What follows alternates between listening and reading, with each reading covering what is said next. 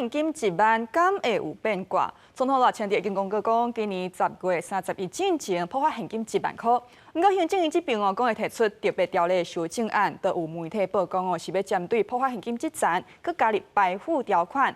好，国民党立委陈耀典就讲话啊，讲行政院若要甲破发现金这条收掉，伊就会提案，甲国土安全论性1500亿摕来发现金给民众。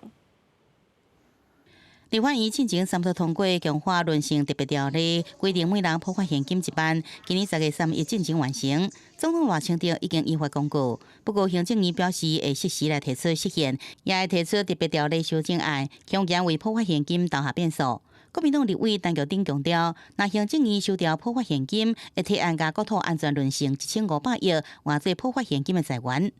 不用举债，同时也可以不用让民进党的绿油友们从中来赚钱，可以让百姓真正的拿到结结实实、踏踏实实的1万元现金。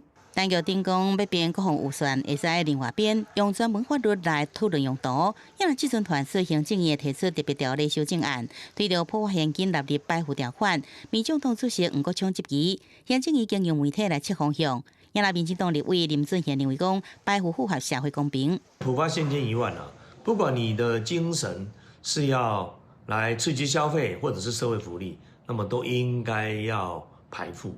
在过去的几次做法也都是有排付。到目前为止，全部都是空中楼阁嘛。你要提什么修正案，你就大大方方提出来啊！怎么连一个影子都没有？就透过媒体要打草车风向。有关未来特别条例修正，行政院人士搁再强调，会以国家财政结构、各项施政优先的顺序加调研沟通方式，最具体有效调整。